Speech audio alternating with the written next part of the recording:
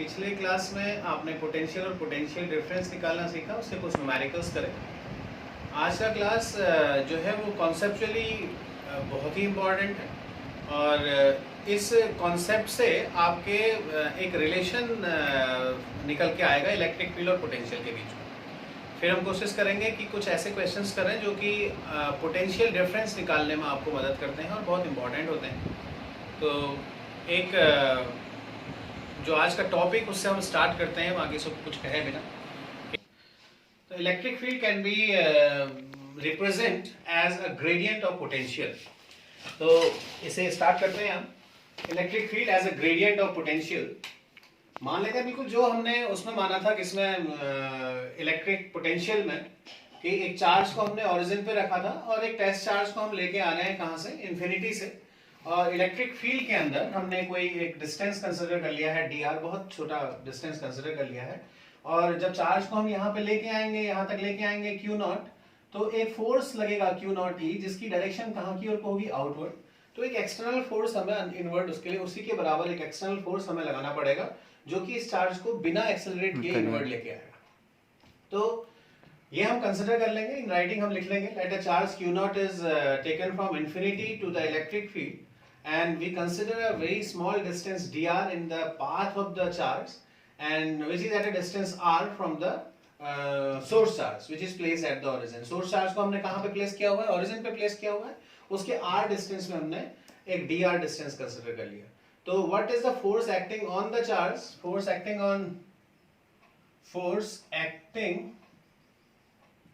on test charge F is equal to Q not E, कहाँ की ओर को, पॉजिटिव एक्स एक्सिस।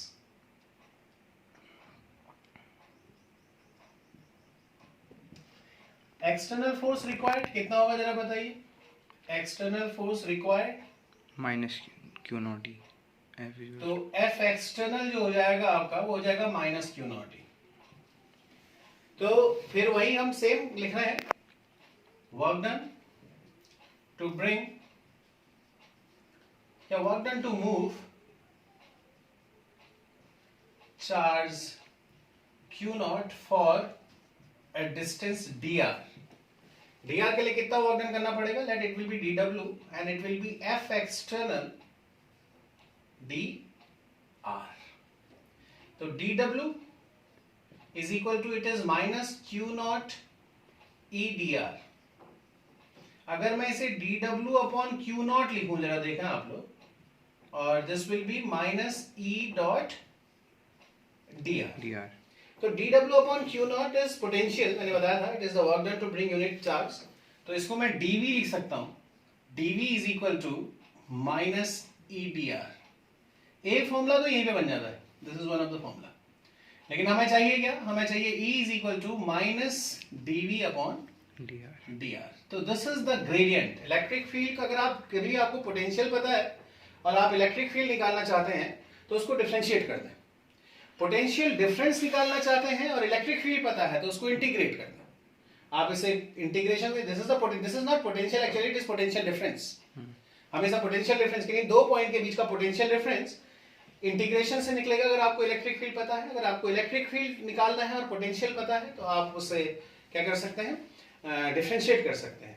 लेकिन इंपॉर्टेंट पार्ट ये है, देखिए इसका, कि इधर तो है आपके पास एक वेक्टर क्वांटिटी, इलेक्ट्रिक फील्ड एक वेक्टर क्वांटिटी है, जबकि पोटेंशियल एक स्केलर क्वांटिटी है। तो ये नेगेटिव साइन यहाँ पे रोल प्ले करता है। तो what is the significance of negative sign, significance of negative sign, it is negative sign signify the direction of electric field which is always, ध्यान से देखिएगा, always towards the center from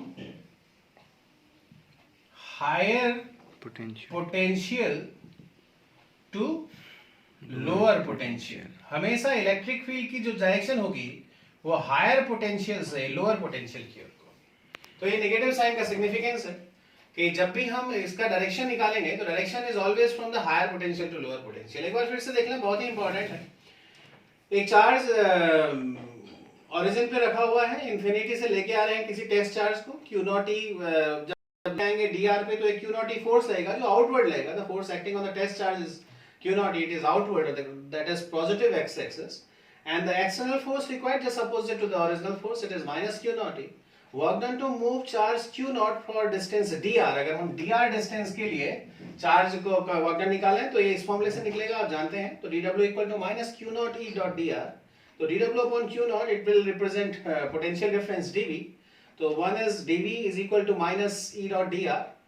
और आप इसे dot product के form में भी लिख सकते हैं, e और dr का डॉट प्रोडक्ट होगा ये, और E is equal to minus dv by dr। तो सिग्निफिकेंस इसका हुआ कि जब भी हम नेगेटिव साइन का जो सिग्निफिकेंस लेंगे वो हमेशा हायर पोटेंशियल से लोअर पोटेंशियल की ओर को होगा। मैं इसको आपको समझाने की कोशिश करता हूँ। देखिए, इसको थोड़ा सा रियलाइज करा देते हैं इनको कि आखिर ये वाकई में मीनिंगफुल वो निकला है या नहीं निकला है। आप जरा देखें, आप ये पॉजिटिव चार्ज है मान लेते हैं, और इसका इसका जो इलेक्ट्रिक फील्ड है वो कितना होता है भाई, k q upon r square. अब आप चाहते हैं कि इससे पोटेंशियल डिफरेंस निकाल लें, तो क्या होगा जरा बताइए। v is equal to integration of e dot dr। अब देखो, अगर आप इसकी इलेक्ट्रिक फील्ड लाइंस को ड्रॉ करते हो तो ये कहां की ओर को जाएंगी, इंफिनिटी की ओर को। मतलब चार्ज को इसी लाइन से लेके आना है, यानी dr भी यहीं पे है और इलेक्ट्रिक फील्ड भी यहीं पे है। तो एक तरीके से हम देखें तो अगर मैं यहाँ पे माइनस साइन लगा दूं तो आपका इलेक्ट्रिक फील्ड निकल के आएगा। अब आप वैल्यू रख दीजिए, कहां से लाना है चार्ज को, इंफिनिटी से। कहां लेके आना है आपको, r पे लेके आना है, r या r पे लेके आना है। तो अपने आप ही आप इंटीग्रेट करते रह जाइए, आपको समझ 1/4 पाई एप्सिलॉन नॉट बाहर आ जाएगा, q बाहर आ जाएगा, इंटीग्रेशन के अंदर आ जाएगा r की पावर -2 + 1 dr। जब आप इसे इंटीग्रेट करेंगे इंफिनिटी से लेके r तक तो आपके पोटेंशियल का वैल्यू अपने आप ही 1/4 pi epsilon not q by r आ जाएगा। एक माइनस साइन -2 + 1 वाला इस माइनस साइन से कैंसिल हो जाएगा, it will be q by r। तो आपके पास this is one of the way कि आप इंटीग्रेशन करिए और आपका इलेक्ट्रिक फील्ड निकल आएगा, पोटेंशियल निकल आएगा। लेकिन अगर आपका पॉइंट चार्ज के लिए इलेक्ट्रिक फील्ड या पोटेंशियल निकालना होता है तो आप डायरेक्ट इस फॉर्मूले को यूज नहीं करेंगे, पूरी कहानी वैसे ही लिखेंगे जैसे पहले लिखा था। दूसरी चीज मैं आपको बताना चाहता हूं कि नेगेटिव साइन का सिग्निफिकेंस क्या है। देखिए, आप मैं 2 पॉइंट कंसीडर करता हूं, एक पॉइंट A और एक पॉइंट B। आप मुझे बताएं कि किस पॉइंट पे पोटेंशियल ज्यादा होगा। अगर मैं VA और VB पे लेस देन और ग्रेटर देन का साइन लगाना चाहूं तो कौन सा साइन लगाऊंगा, A पॉइंट पे पोटेंशियल ज्यादा होगा या B पॉइंट पे पोटेंशियल ज्यादा होगा? A पे पोटेंशियल ज्यादा होगा, इसलिए ज्यादा होगा क्योंकि V is inversely proportional to R। तो A से B की ओर को, यानी VA जो है VB से ज्यादा होगा, A का पोटेंशियल B से ज्यादा है। अब आप देखिए इलेक्ट्रिक फील्ड की डायरेक्शन कहां से कहां की ओर को है, A से B की ओर को। देखिए पॉजिटिव चार्ज से बाहर की ओर को जाती है, यानी हमेशा हायर पोटेंशियल से लोअर पोटेंशियल की ओर को होती है। The direction is always from the higher potential to lower potential. तो ये सिग्निफिकेंस है इसका। अगर कोई आपसे ऐसा कहे कि किस तरीके से सर आप अगर आपने 2 सरफेस ड्रॉ किए हैं ये और इलेक्ट्रिक फील्ड लाइंस ऐसे हैं, तो आप बताएं कि किसका पोटेंशियल ज्यादा होगा। तो आप कहोगे कि सरफेस A का पोटेंशियल सरफेस B से ज्यादा होगा, क्योंकि इलेक्ट्रिक फील्ड लाइंस हमेशा हायर पोटेंशियल से लोअर पोटेंशियल की ओर को जाती हैं। तो आप इसे यूज करने वाले हो। अब जो अगला टॉपिक हम लोग करने वाले हैं वो है इक्विपोटेंशियल सरफेसेस। ये बहुत ही थ्योरेटिकल टॉपिक है, it is totally theoretical topic and called equipotential surface.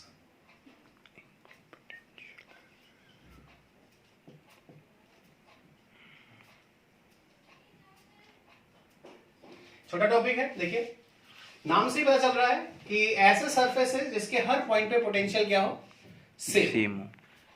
देखिए, अगर मैं एक पॉजिटिव चार्ज के लिए इलेक्ट्रिक फील्ड लाइंस ड्रॉ करूं तो इस तरीके से ड्रॉ कर सकता हूं, और मैं इसके कई सरफेसेस ड्रॉ करना चाहूंगा कि जिसमें बताए कि किस तरीके का इक्विपोटेंशियल सरफेस बनेगा। देखिए, अगर मैं एक स्फीयर ड्रॉ कर दूं यहां पे जिसका डिस्टेंस r है, तो देखिए यहां पे क्या होगा पोटेंशियल का वैल्यू kq/r, यहां पे भी क्या होगा पोटेंशियल का वैल्यू kq/r, यहां पे भी पोटेंशियल का वैल्यू kq/r, और यहां पे भी क्या होगा kq/r। मतलब ऐसा सरफेस जिसके हर पॉइंट पे पोटेंशियल क्या हो, सेम हो। कैसा, किसके चारों ओर, चार्ज के चारों ओर और चार्ज के डिस्ट्रीब्यूशन की तरफ। मतलब it is equipotential surface can be drawn for the point charges as well as for the assembly of charges.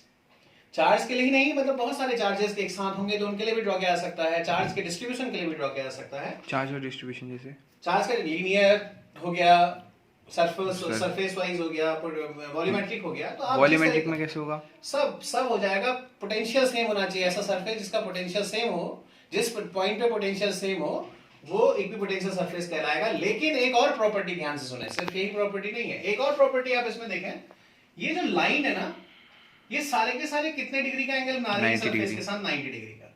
And this is one most important property, the electric field lines are always perpendicular to the equipotential surface.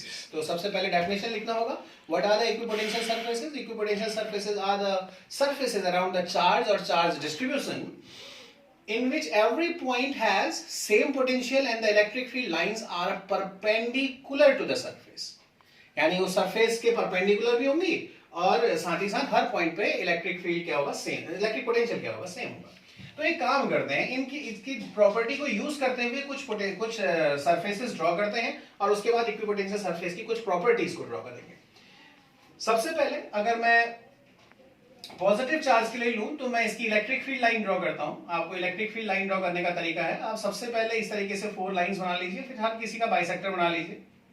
अगर negative charge है तो inward arrow लगा दीजिए और positive charge है तो outward arrow लगा दीजिए। देखिए अभी आप समझ रहे हैं कि इसका इक्विपोटेंशियल सरफेस ड्रॉ करना है तो दो चीजें होनी चाहिए, हर पॉइंट पे पोटेंशियल सेम और इलेक्ट्रिक फील्ड लाइंस परपेंडिकुलर। तो आप एक ड्रॉ किया, this is one of the surface, let this is one first surface. इसके हर पॉइंट पे रेडियस अभी बराबर, आप पॉजिटिव से बराबर डिस्टेंस पे लीजिए इसे,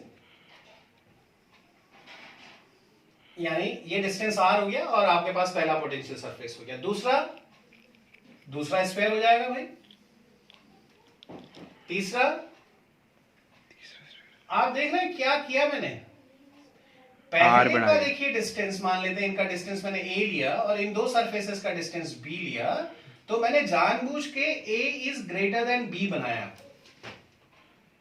इसका कारण यह है कि इक्विपोटेंशियल सरफेस एक और चीज को रिप्रेजेंट करता है, जहां पे इक्विपोटेंशियल सरफेस हमने पास ड्रॉ किए हैं, वो इक्विपोटेंशियल सरफेस अगर पास ड्रॉ किए गए हैं तो वो इलेक्ट्रिक फील्ड स्ट्रांग है और दूर को इलेक्ट्रिक फील्ड क्या है? वीक है। यानी आपके पास this is A, this is B, तो A is greater than B, इसका मतलब the inner side, the point which lies inner side या towards the charge having greater electric field and away from the charge having lesser electric field. तो ये this is the first diagram. अगर आपके पास ये क्या होगा? नेगेटिव चार्ज होगा तो the same will drawn but arrow will towards the centre. Arrow कहां की ओर को आ जाएंगे? सेंटर की ओर को आ जाएंगे। तो this is the second diagram कि आपने पॉजिटिव चार्ज के लिए और नेगेटिव चार्ज के लिए इक्विपोटेंशियल सरफेस ड्रॉ कर लीजिए। अब आप देखें, अगर आप किसी डायपोल के लिए ड्रॉ करते हैं,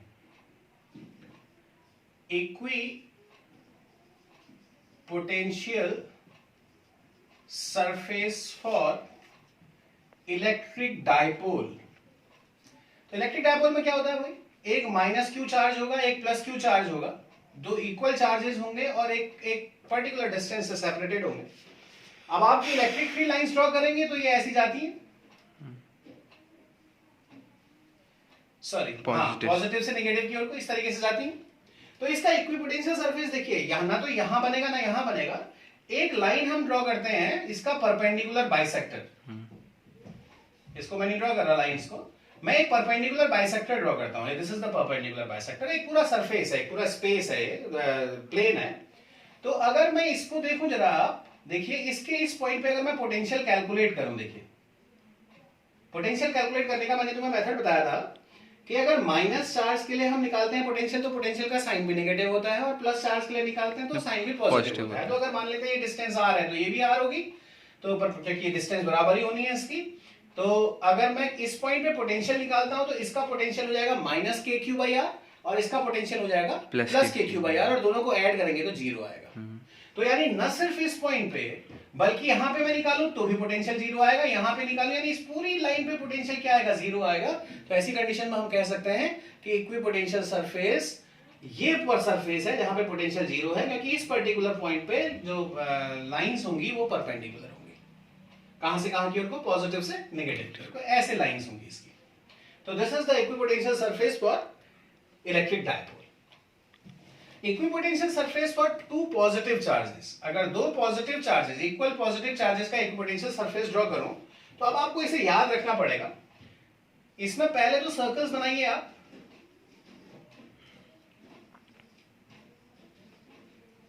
फिर सर्कल्स को इस तरीके से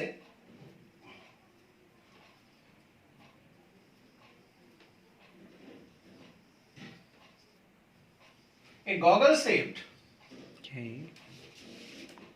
जो है आपका, जैसे कि ये जो हमारे कौन से पिक्चरों में क्या होते हैं भाई, सुपरमैन होते हैं, वो जो है सुपरमैन, उनका चश्मा सा लगता है.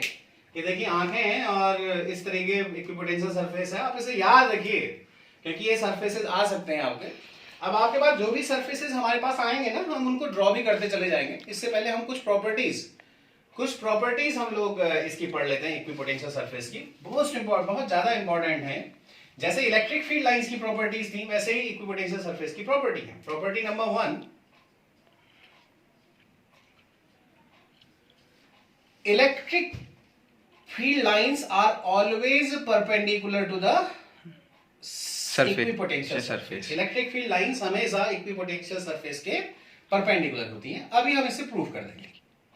ठीक है, इसे लिख लीजिएगा. Electric field lines are always perpendicular to the surface of equipotential surface. दूसरा, the second property, no work has to be done to move any charge from one point to another in equipotential surface. अगर equipotential surface में किसी एक point से लेके दूसरे point तक हम चार्ज को मूव करा रहे हैं तो वर्क डन नहीं करना पड़ता. कैसे, मैं आपको बताता हूं. देखिए, इसके लिए हम क्या कर सकते हैं भाई, बताइए आप. W is equal to W upon Q not is equal to delta V. Delta V means the potential difference and W upon Q not is work done. जैसे WAB मान लेते हैं हम, A से लेके B तक हम वर्क डन कर रहे हैं. इसको किस चार्ज को लेके, तो ये आपके पास क्या हो गया, आपके पास ये इसका डेफिनेशन हो गया. अब आप जान रहे हैं फॉर इक्विपोटेंशियल सरफेस, अगर सरफेस कैसा है, इक्विपोटेंशियल है, तो ऐसी कंडीशन में डेल्टा V का वैल्यू तो जीरो ही हो जाना है क्योंकि दो पॉइंट पे पोटेंशियल हमेशा क्या रहेगा, सेम रहेगा. तो डिफरेंस क्या हो जाएगा, जीरो. जब ये जीरो हो गया तो भैया WAB क्या हो गया, जीरो हो गया. यानी कोई भी वर्क डन नहीं करना पड़ेगा. No work has to be done to move any charge from one point to another if it is equipotential surface. For example, जैसे एक चार्ज यहां रखा हुआ है, ये सर्कल है. अब देखो इसका डिस्टेंस भी R, इसका डिस्टेंस भी R, इसका डिस्टेंस भी R. Everywhere the distances are. In that case, every point is equipotential. तो चार्ज को अगर आप यहां से यहां ले जाओगे तो भी जीरो, यहां से यहां ले जाओगे तो भी जीरो, यहां से यहां ले जाओगे तो भी जीरो, यहां से यहां ले जाओगे तो भी zero. Everywhere the work done will be zero. यानी अगर ये सर्कल पूरा ना बन के आधा भी बना होता तब भी वर्क डन क्या होता, जीरो होता. एक क्वेश्चन ऐसे भी आता है. देखिए, एक चार्ज यहां रखा हुआ है.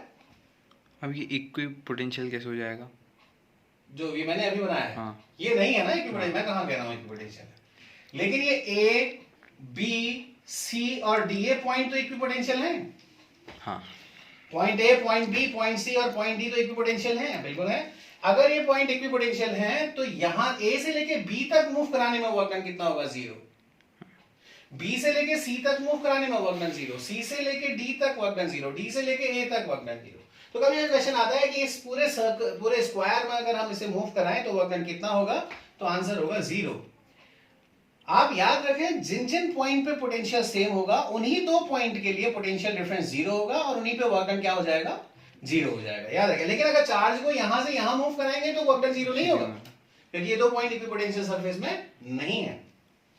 तो this is one of the property. एक प्रॉपर्टी में आपको पहले भी बता रहा था कि देखिए हमेशा इलेक्ट्रिक फील्ड लाइंस जो है वो किसके परपेंडिकुलर होती हैं, सरफेस के परपेंडिकुलर होती हैं.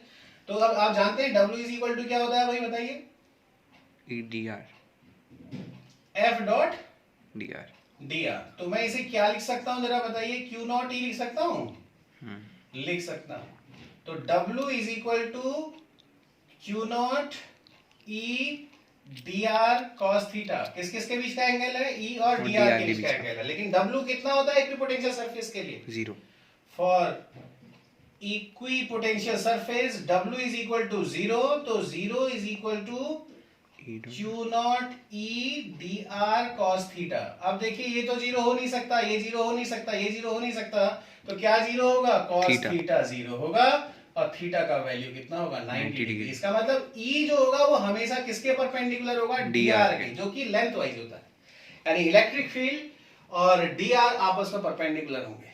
dr हमने कहां कंसीडर किया? dr इक्विपोटेंशियल सरफेस की कोई लाइन है, तो electric field is always perpendicular to the surface of equipotential equipotential surface. तो ये दूसरी प्रॉपर्टी, दो प्रॉपर्टीज हो गई आपके पास। एक प्रॉपर्टी क्या हो गई आपके पास कि इलेक्ट्रिक फील्ड लाइंस परपेंडिकुलर होती हैं, दूसरी वर्क जीरो होता है। तीसरी प्रॉपर्टी आपके पास है इक्विपोटेंशियल सरफेसेस कभी भी एक दूसरे को इंटरसेक्ट नहीं कर सकते। Equipotential surfaces can not intersect each other. देखिए कैसे, अगर मान लेते हैं कि दो इक्विपोटेंशियल सरफेस इंटरसेक्ट करते हैं तो दो वैल्यू तो एक परपेंडिकुलर हमने यहां ड्रॉ कर लिया, ये किसकी डायरेक्शन को बताएगा? इलेक्ट्रिक फील्ड की डायरेक्शन को।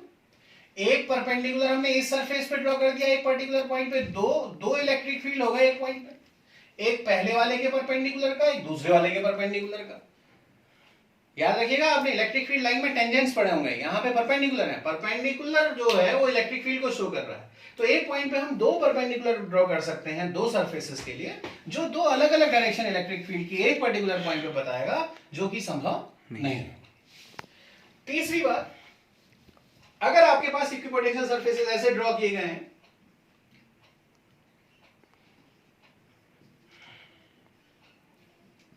these are the equipotential surfaces and अब आप मुझे बता पाएंगे कि ये इलेक्ट्रिक फील्ड यूनिफॉर्म है या नॉन यूनिफॉर्म है? यूनिफॉर्म है। ये नॉन यूनिफॉर्म इलेक्ट्रिक फील्ड है। कैसे? क्योंकि दो इक्विपोटेंशियल सरफेस देखिए, इनके बीच का डिस्टेंस क्या है? x, इनके बीच का डिस्टेंस क्या है? y। कौन ज्यादा लग रहा है आपको? y। तो y जो है वो क्योंकि x से बड़ा है, इसलिए इस एरिया का जो इलेक्ट्रिक फील्ड होगा वो इस एरिया से थोड़ा सा वीक होगा। अभी मैंने आपको बताया था कि जब भी हम इक्विपोटेंशियल सरफेसेस ड्रॉ करते हैं बच्चों, तो हम ऐसे ड्रॉ करते हैं कि इक्विपोटेंशियल सरफेसेस में आप उनकी डिस्टेंस अगर पास है, उनका सेपरेशन अगर पास है, तो इलेक्ट्रिक फील्ड स्ट्रॉन्गर है, और अगर दूर है तो इलेक्ट्रिक फील्ड वीकर है। इस अब आप कहोगे कि सर आपने तो इलेक्ट्रिक फील्ड यूनिफॉर्म की तरह बना दिया। मैंने इसलिए बनाया इस इलेक्ट्रिक फील्ड को यूनिफॉर्म की तरह क्योंकि ये डायरेक्शन वाइज चेंज नहीं कर रहा है, बट मैग्नीट्यूड वाइज ये चेंज कर रहा होगा, क्योंकि इक्विपोटेंशियल सरफेस ऐसे बनाए गए हैं। ये सप्लीमेंट्री नॉलेज हो गई ना, कि अगर आपको ना इक्विपोटेंशियल सरफेसेस, अब ये आपके पास एक तरीके से अगर आपसे कहा जाए कि draw the equipotential surfaces for uniform electric field, तो आप यूनिफॉर्म इलेक्ट्रिक फील्ड ये बना दिया आपने। उसके बाद एक सरफेस यहां बनाया, इसका दूसरा सरफेस यहां बनाया, तीसरा सरफेस यहां बनाया, और आपने लिखा x और यहां लिखा y और नीचे लिखा x is equal to y। तो इसका मतलब सरफेस कैसे, इलेक्ट्रिक फील्ड लाइंस कैसी हो गई? यूनिफॉर्म। और अगर ये नॉट इक्वल टू y है तो फिर यूनिफॉर्म नहीं हुआ। तो इक्विपोटेंशियल सरफेस से हमें यही पता चल जाएगा कि इलेक्ट्रिक फील्ड लाइंस की इलेक्ट्रिक फील्ड वास्तव में यूनिफॉर्म है या फिर नॉन यूनिफॉर्म है। This is the electric field due to equipotential surface due to uniform electric field. अब आप मुझे बता सकते हैं कि इलेक्ट्रिक फील्ड, इसमें तीन पोटेंशियल है, VA, VB और VC, किसका पोटेंशियल सबसे ज्यादा है? VA का। हाँ, VA is greater then VB is greater then VC।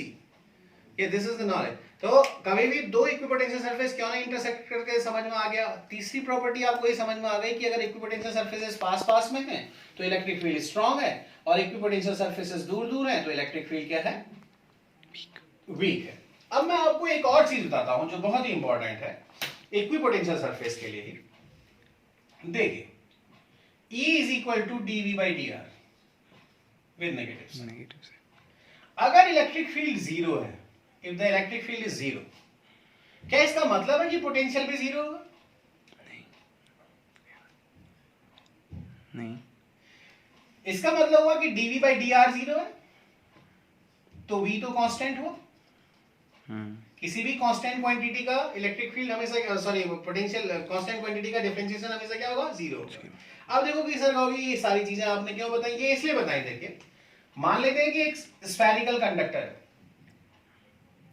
you have a spherical conductor. Now this must be, this is a knowledge, this is a concept जो मैं अब आपको बताने जा रहा हूं, तो इसे आप बहुत अच्छे से समझिए। क्योंकि मैं दो चीजों को कंपेयर करने वाला हूं। मैंने आपको दो चीजें बता दी, इक्विपोटेंशियल सरफेस और उसकी property. Go through your book. आप निश्चित एरिया, क्योंकि बहुत थियोरेटिकल टॉपिक है, इसलिए आप अब बुक कैसे देखेंगे इसे, तो और सारी प्रॉपर्टीज और ड्राइंग आप करेंगे। ड्राइंग जरूर करिएगा, बिना ड्राइंग करे आपको एग्जाम में मिलेंगे नहीं नंबर। अब आपको बता रहा हूं electric field and electric potential of a spherical conductor. अब देखिए, ये स्फेयर है। अब मैं आपको कंपेयरिंग यहां पे दोनों चीजें बताऊंगा। इस साइड में इलेक्ट्रिक फील्ड के बारे में लिख रहा हूं, इस साइड में इलेक्ट्रिक पोटेंशियल के बारे में लिख रहा हूं। इसका रेडियस आर है, स्फेरिकल कंडक्टर है, 3 पॉइंट है। एक पॉइंट ऑन द सरफेस है, इसको मान लेता हूं मैं एक्स, एक साइड है, इसको मान लेता हूं वाई, और इसको मान लेता हूं जेड। तो अगर मैं एक्स पे इलेक्ट्रिक फील्ड निकालूं तो इसका वैल्यू कितना होगा भाई, के क्यू, मान लेते हैं इसका चार्ज क्यू है, अपॉन आर स्क्वायर। ये आपने गॉसेस थ्योरम में निकाला है। और अगर आप ई जेड निकालते हैं तो ये होगा 0। Inside the conductor the electric field is always 0। और अगर आप ई वाई निकालते हैं जो बाहर है, जिसका डिस्टेंस आर है, तो ये पॉइंट चार्ज की तरह बिहेव करेगा, तो ये हो जाएगा के q by small r square. ये आप पढ़ चुके हैं। अगर आपने रिवाइज किया होगा या मेरे वीडियोस देखे होंगे तो आपको निश्चित रूप से ये मिल जाएगा आपको किसी ना किसी वीडियो में। लेकिन अगर आप देखें कि अगर मैं पोटेंशियल की बात करूं तो क्या होगा। अब 3 पॉइंट हमारे पास फिर हो गए, एक अंदर, एक ऑन द सरफेस। अगर मैं ऑन द सरफेस एक्स निकालूं, देखिएगा प्लीज, ये होगा भाई आपके पास के क्यू अपॉन आर। अगर मैं इनर पॉइंट पे निकालूं तो अब मुझे ये यूज करना पड़ेगा, dv by d r is equal to 0, क्योंकि इलेक्ट्रिक फील्ड क्या है, 0। इसलिए पोटेंशियल क्या होगा, कांस्टेंट। कांस्टेंट होगा। यानी कौन सा कांस्टेंट होगा, वही होगा जो कि सरफेस पे है। सरफेस पे कितना है, के क्यू बाई आर। यानी इसके अंदर किसी भी पॉइंट पे आ जाइए आप, तो क्या होगा, पोटेंशियल क्या होगा, कांस्टेंट। तो एक तरीके से कंडक्टर के अंदर का सारा हिस्सा इक्वी पोटेंशियल है। इसलिए कंडक्टर के अंदर किसी भी चार्ज को एक पॉइंट से दूसरे पॉइंट में मूव कराने में कोई भी वर्क नहीं करना पड़ेगा। आप कंडक्टर के अंदर चार्ज को मूव करा सकते हैं। तीसरा देखें, अगर आउटसाइड निकालना है आपने वी वाई, तो कोई दिक्कत ही नहीं है, ये तो के क्यू बाई स्मॉल आर। अब ये कॉन्सेप्ट हो गया आपके पास। This is most important concept कि किस पॉइंट पे कितना होता है। तो इस कॉन्सेप्ट से रिलेटेड एक क्वेश्चन मैं आपके लिए कराता हूं यहाँ पे। ये लास्ट क्वेश्चन होगा आज की क्लास का मेरा, और इसके बाद फिर हम अगला क्लास जल्दी ही डालेंगे। एनसीईआरटी का क्वेश्चन है, एक स्फीयर है, इसके अंदर एक कैविटी है और उसके अंदर दूसरा स्फीयर है, और इस पे चार्ज Q है और इस पे चार्ज स्मॉल q है। कैविटी में Q है, मतलब ये अलग अलग दो स्फीयर है, एक स्फीयर हॉलो है, उसके अंदर एक दूसरा स्फीयर रख दिया गया है। They are untouched spheres, they are untouched. और अब हमने इसको एक वायर से कनेक्ट कर दिया है।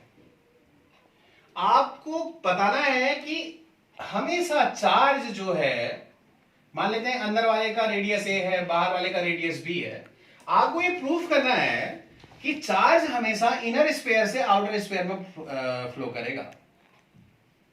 You have to prove it mathematically कि the charge will be flown from the inner sphere to outer sphere whatever the value of the charges. ये जो Q है, अगर ये Q से बड़ा है, छोटा है, कुछ भी हो, बस पॉजिटिव होना चाहिए।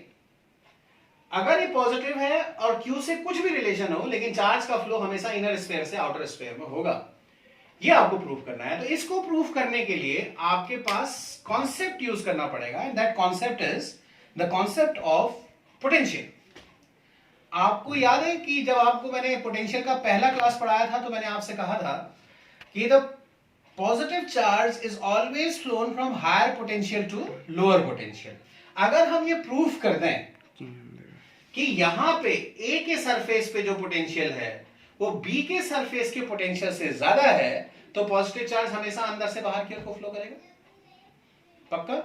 यानी हमें पोटेंशियल डिफरेंस निकालना है। क्या निकालना है? Potential difference. और पोटेंशियल डिफरेंस का वैल्यू अगर पॉजिटिव आता है, यानी अंदर वाले पोटेंशियल से बाहर वाले पोटेंशियल को माइनस करेंगे, अगर वो पॉजिटिव आता है तो चार्ज का फ्लो हमेशा कहां से कहां की ओर होगा? अंदर से बाहर की ओर। अंदर से बाहर की ओर होगा। तो हम चलिए देखते हैं, पहले इस पॉइंट पे पोटेंशियल निकालते हैं। कॉन्सेप्ट वही यूज करेंगे जो हमने अभी यूज किया था। तो सबसे पहले हम ए स्फीयर का पोटेंशियल निकाल रहे हैं।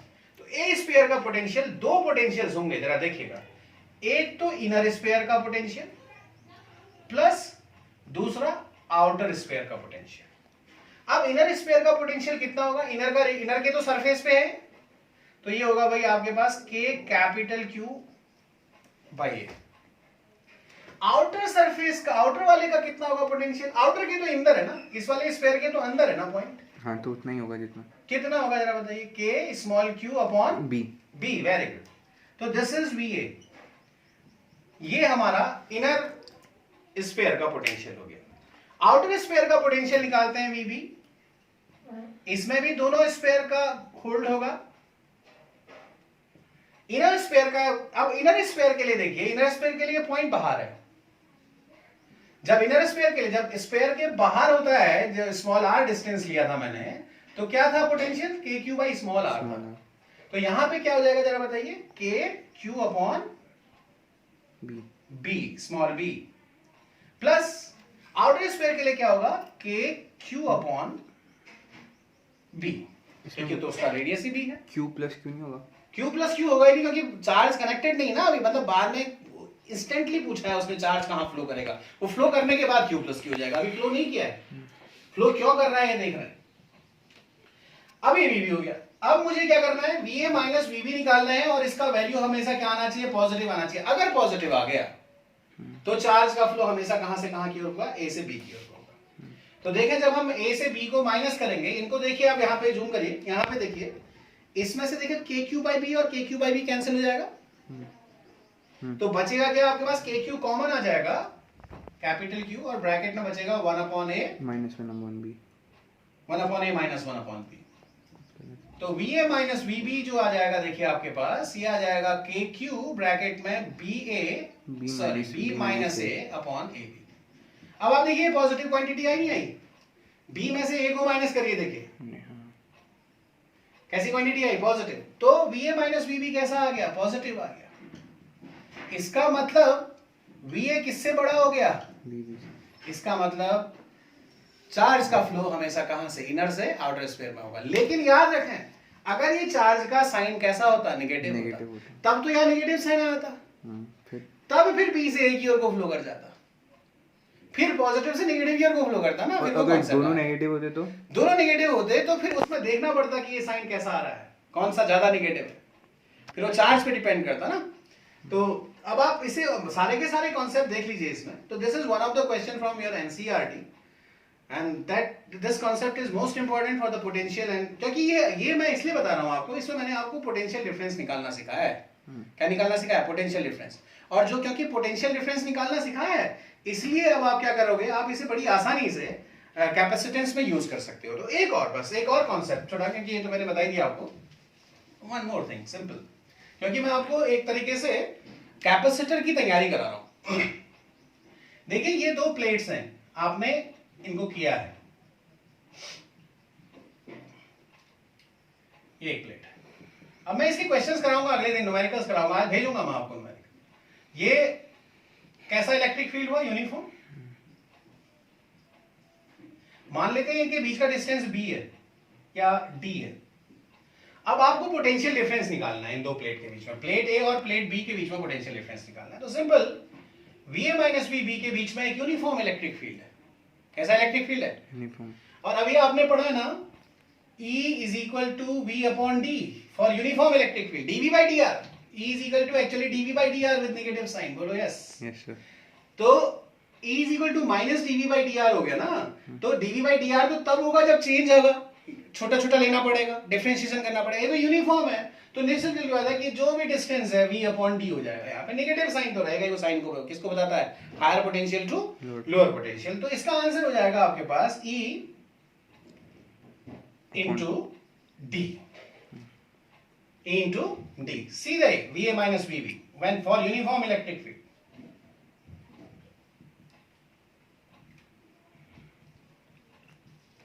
और अगर नॉन यूनिफॉर्म इलेक्ट्रिक फील्ड होता है तो E ये dot D. इंटीग्रेशन के साथ आ जाएगा आपके पास CBR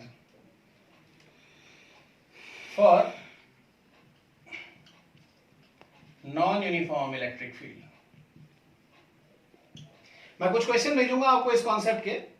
तो this is the class for today, this is over for today. और आप इसको जरूर करें, आज ही अपलोड हो जा कर देंगे इस क्लास को। जितना समय आप सब्जेक्ट को देंगे उतने ही आपको फायदा होगा। बहुत स्लो पढ़ाया जा रहा है, बहुत स्लो। अभी हम एक यूनिट कंप्लीट नहीं करेंगे, 8 नंबर कंप्लीट नहीं हुए हैं, लेकिन याद रखिएगा जैसे ही ये यूनिट कंप्लीट हो जाएगा दूसरा यूनिट बहुत जल्दी कंप्लीट हो जाएगा, क्योंकि ये सारे कॉन्सेप्ट जो हम बहुत आसान धीरे धीरे पढ़ रहे हैं, ये सारे के सारे कॉन्सेप्ट सेकेंड यूनिट के लिए एक बेसिक नॉलेज हो जाएंगे, थर्ड यूनिट के लिए बेसिक नॉलेज हो जाएंगे। लेकिन अगर आपने इसको अच्छे से नहीं पढ़ा तो ना तो थर्ड यूनिट आ पाएगा आपको, ना सेकेंड यूनिट आ पाएगा, और साथ ही साथ फोर्थ यूनिट जो इलेक्ट्रोमैग्नेटिक इंडक्शन है वो तो बिल्कुल ही नहीं आ पाएगा।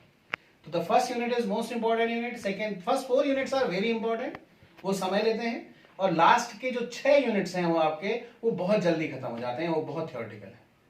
न्यूमेरिकल्स जरूर करिए, क्योंकि numericals are the all the numericals are the revision of your theory, your concepts. अगर आप your concepts are clear then you can do the numerical. अगर आपके कॉन्सेप्ट क्लियर नहीं है तो आप न्यूमेरिकल कर नहीं पाएंगे। Okay, thank you and have a nice day.